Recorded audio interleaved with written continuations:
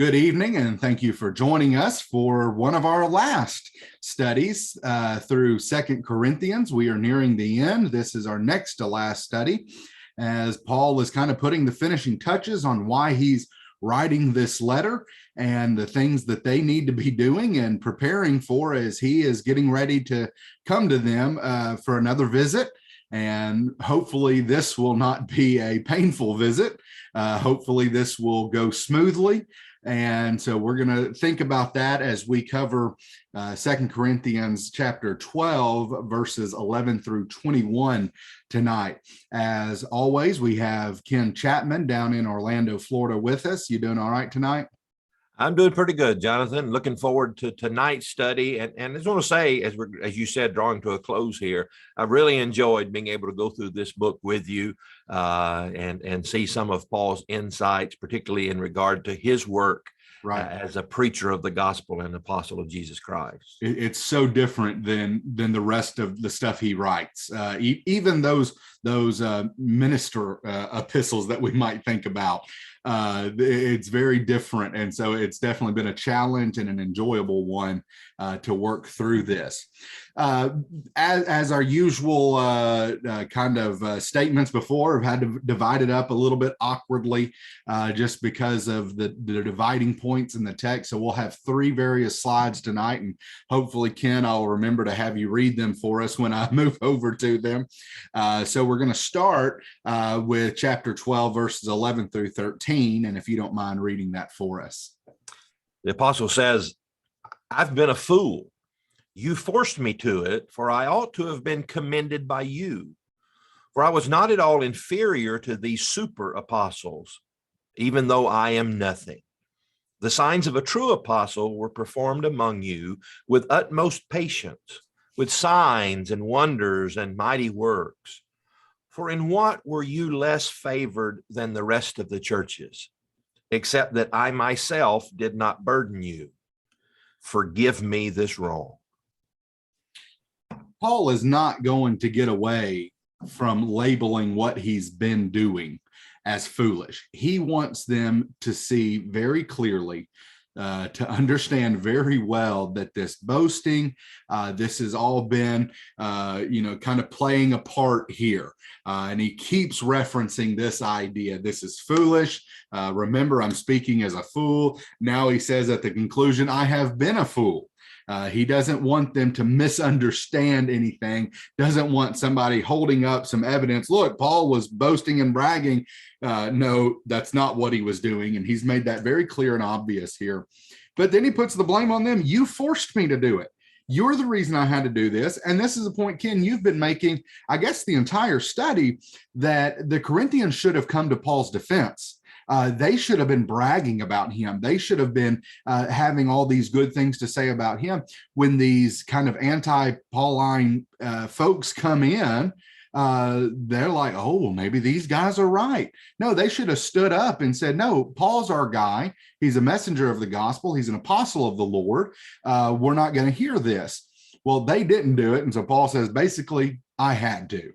And he again is just emphasizing this role. And he says, these super apostles, I'm not inferior to them in any way whatsoever, though I am nothing. Paul recognizes, he makes those three statements about being the chiefest of sinners, the least of the saints, and such. I am nothing. He knows who he is without Jesus Christ. And now with Jesus Christ, he's not inferior to the super apostles. That's kind of a humble way of saying he's actually superior to them. And then he's going to continue that by talking about the signs of a true apostle. Jonathan, who were these super apostles that he's talking about? Who does he have in mind? I think you and I maybe differ on this a little bit. I tend to read it as this anti-Pauline faction in Corinth. These that have come in, the false prophets that he's talked about. That's who I tend to read it as. I think you take it as real apostles that the Corinthian brethren have maybe elevated.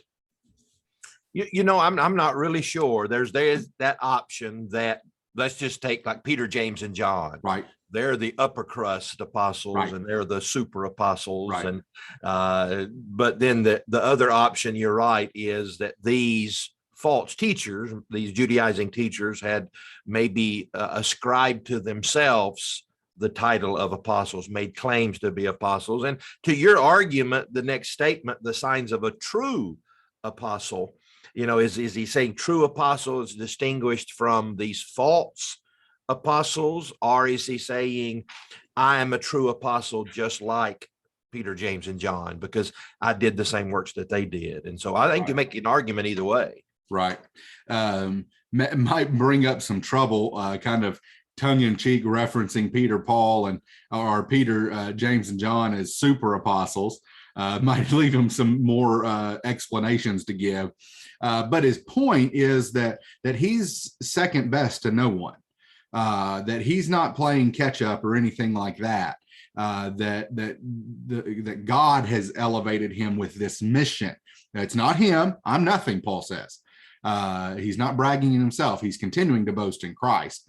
And with that in mind, the signs of a true apostle were performed among you, with signs and wonders and mighty works. He had done things that clearly revealed who he was working for, and that the message he was presenting was, in fact, the truth. The question then becomes, what are the signs of a true apostle? Maybe how do those signs, miracles, and wonders differ from some of the things that those in Corinth could have done? You'll remember in 1 Corinthians 12, 13, and 14, that's all about these miraculous gifts, these gifts of the Spirit. They were able to do some miracles and some things. So what maybe is the distinction between that and the signs of a true apostle? And maybe we think back to Mark chapter 16, when Jesus is talking, and please remember that in the context of Mark 16, he's talking about the apostles here, that the signs that will accompany them are the casting out of demons. They will speak in new tongues. They will pick up serpents with their hands. And if they drink any deadly poison, it will not hurt them.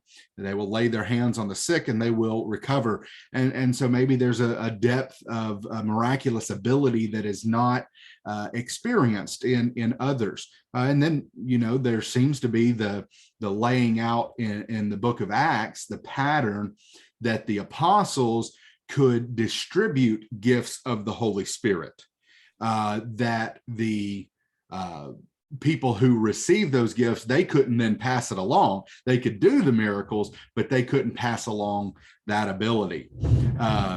If you just heard that, it is thundering right now. So a little bit of a thing going. Hopefully we'll keep our power on. That did seem a little close though. So hopefully we won't lose where we are right now. Ken, what are your thoughts about this signs of a true apostle here? I think it certainly, as you said, could be the signs that Paul himself performed, but maybe more specifically the idea of laying on of hands. He had said in the first letter in 1 Corinthians chapter 4, I think it was, what do you have that you did not receive? Right. And I think they're talking about the spiritual gifts that they had received, and they had received most likely from the laying on of Paul's hands during that his first stop there. And so, I think it probably might lean toward that idea. What I find interesting here is just this tagline that we'd almost pass over, that he says, with utmost patience. A little bit of a slight toward them, maybe. Yep. The signs were performed with the utmost patience. Yep. Absolutely. And then, so he asked this question then, for in what way or in what were you less favored than the rest of the churches? Maybe an accusation had gone against Paul that he had a better relationship, that he had spent more time, that he had done more labor and greater signs, and had just kind of favored some other churches a little bit. And he's not going to deal with that. In fact, Ken, one might argue that he had favored the Corinthian brethren as long as he stayed here, as much as he writes to them. The Philippians get 4 chapters, and they get all this, and so it's a little bit of a silly accusation. And he even says, "For in what were you less favored than the rest of the churches, except that I myself did not burden you," talking about not accepting support from them, financial support, and then just very sarcastically, "Well, forgive me for that." He did that to help them, and they've turned it and thrown it back in his face. And he says, "What did you receive less, except that I didn't burden you financially?" Boy, that was a mistake. It's kind of the idea, forgive me for that. And so again, he is still kind of dealing with some of these accusations from them. All right, moving to our next section, this time verses 14 through 18, if you don't mind, Ken. "Here for the third time, I'm ready to come to you, and I will not be a burden, for I seek not what is yours, but you. For children are not obligated to save up for their parents, but parents for their children. I will most gladly spend and be spent for your souls. If I love you more, am I to be loved less? But granting that I myself did not burden you, I was crafty, you say, and got the better of you by deceit. Did I take advantage of you through any of those whom I sent to you? I urged Titus to go and sent the brother with him. Did Titus take advantage of you? Did we not act in the same spirit? Did we not take the same steps?" So Paul's going to shift a little bit, but not exactly. He's continuing on here. "Here for the third time, I'm ready to come to you." Now, there's a couple of different ways to take this. I don't have just an incredibly strong opinion about it. But he says, "Here for the third time." The question kind of is, what is he, how many times a trip is he referring to? Does Paul mean that he has been there 3 times, or this is going to be the third time? The first would be when he kind of founded the church there in Corinth. The second would be maybe a reference to the painful visit that we see in the beginning of this letter. And now the third time he is coming to them. Or there's a second explanation. It could be the first time when he founded the church there. And then a second time he had planned to come, but circumstances changed his plans. And so this is the third time he's wanted to come, and now he's going to.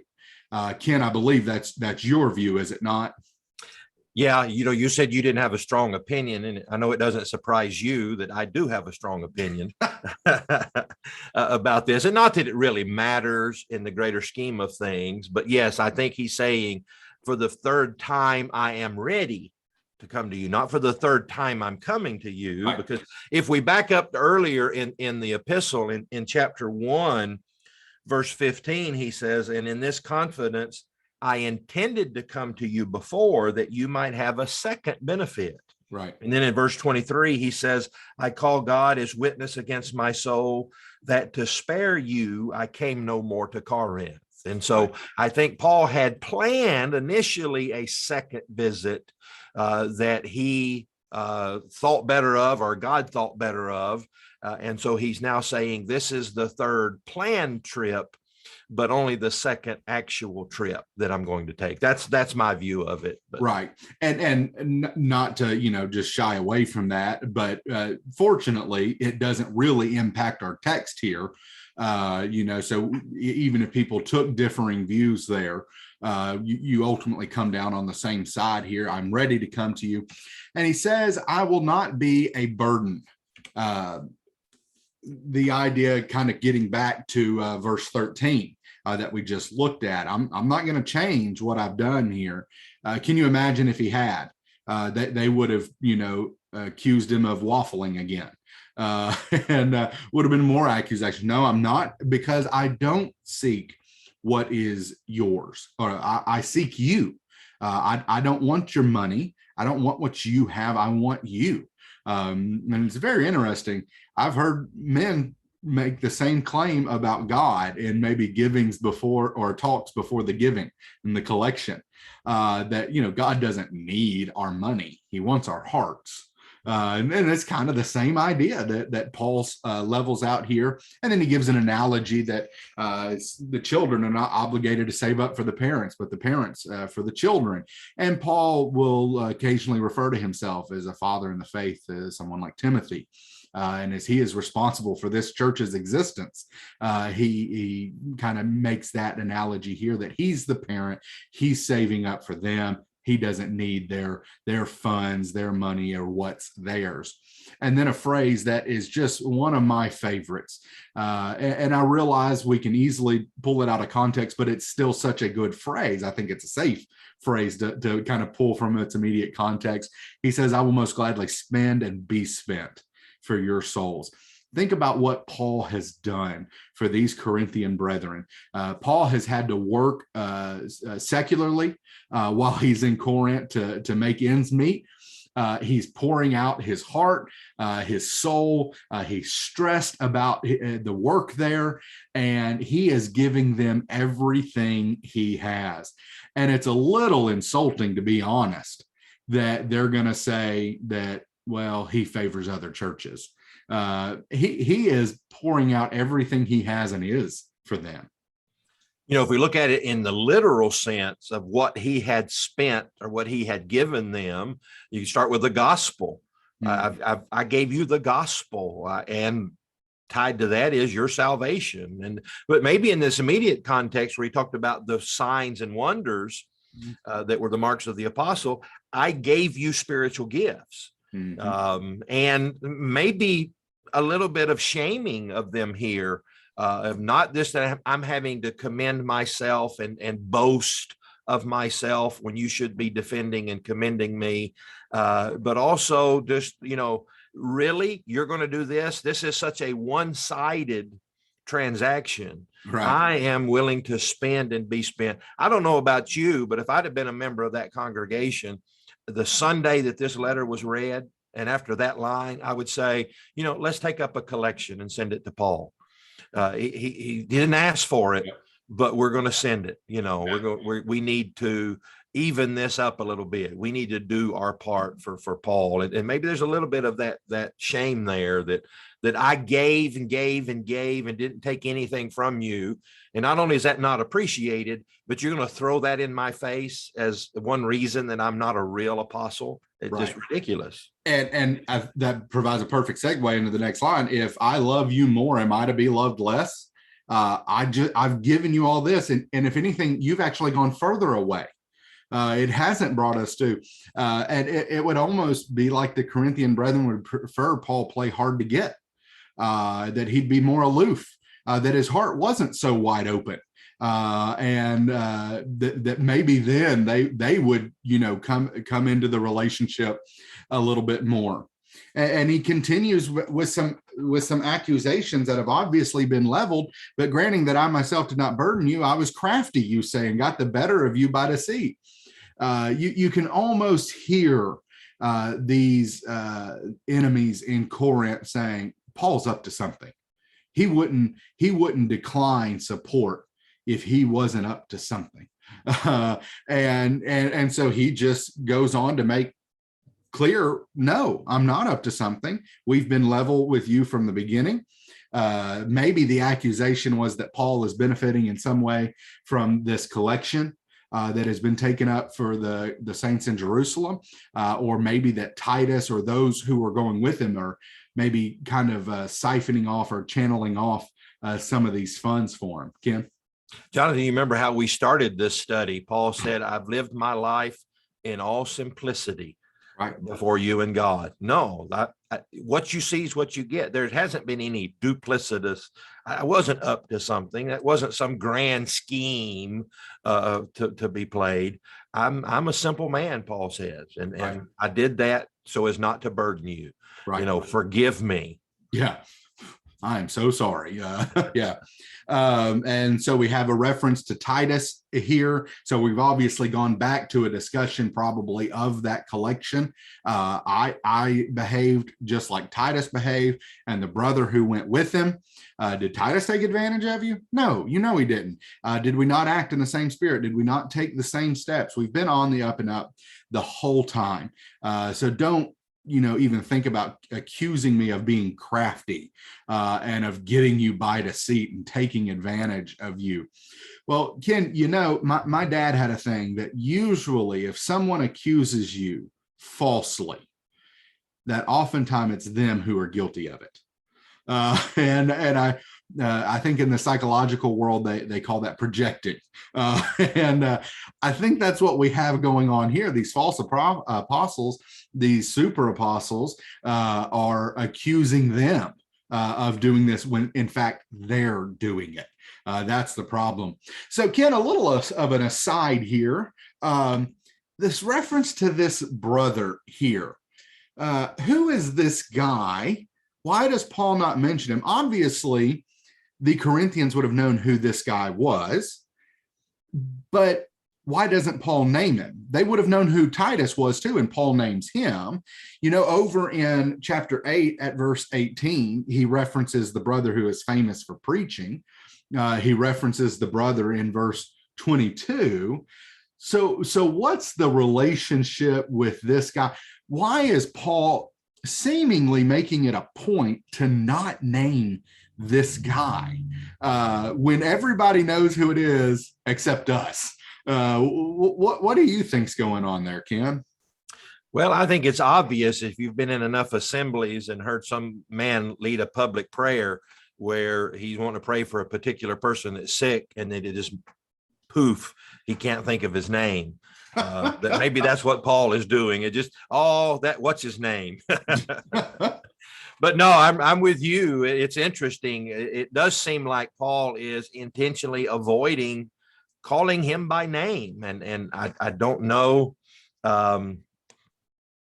there's a couple options, I think. One is that this brother is so well known that he only had to call him the brother, and because he's so well known.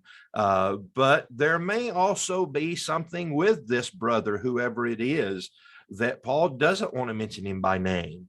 Maybe this is someone who at the time maybe was faithful, but now isn't. And so, the brother, we don't want to call him by name, but that's a stretch, I know, because we just, like you said, ultimately, we just don't really know who it is and why he's referred to this way. Ken, and the name just left me too, so I'm guilty of it as well. The guy that Paul mentions a few times, but then he ultimately says that he's left us for the world. Demas, right. Now I was thinking to say, great, now we're both doing it. So that's an interesting thought, Ken. That because Demas does seem to forsake Paul in some way. I think there can be a discussion on that. But so maybe, we, who it was. No need to mention him. He's kind of out of the picture now. But yeah, or, I think maybe the most satisfying answer would be that it's Apollos. We know him well. We know he was, in fact, a good speaker and preacher. But again, there's no evidence, nor does it matter. They knew who it was. The example is used regardless and is helpful regardless. All right, Ken, if you don't mind, read this last section for us and we'll wrap this chapter up. Have you been thinking all along that we've been defending ourselves to you? It is in the sight of God that we've been speaking in Christ, and all for your upbuilding, beloved. For I fear that perhaps when I come, I may find you not as I wish, but that you may find me not as you wish. That perhaps there may be some quarreling, jealousy, anger, hostility, slander, gossip, conceit, and disorder. I fear that when I come again, my God may humble me before you, and I may have to mourn over many of those who sinned earlier and have not repented of the impurity sexual immorality, and sensuality that they have practiced.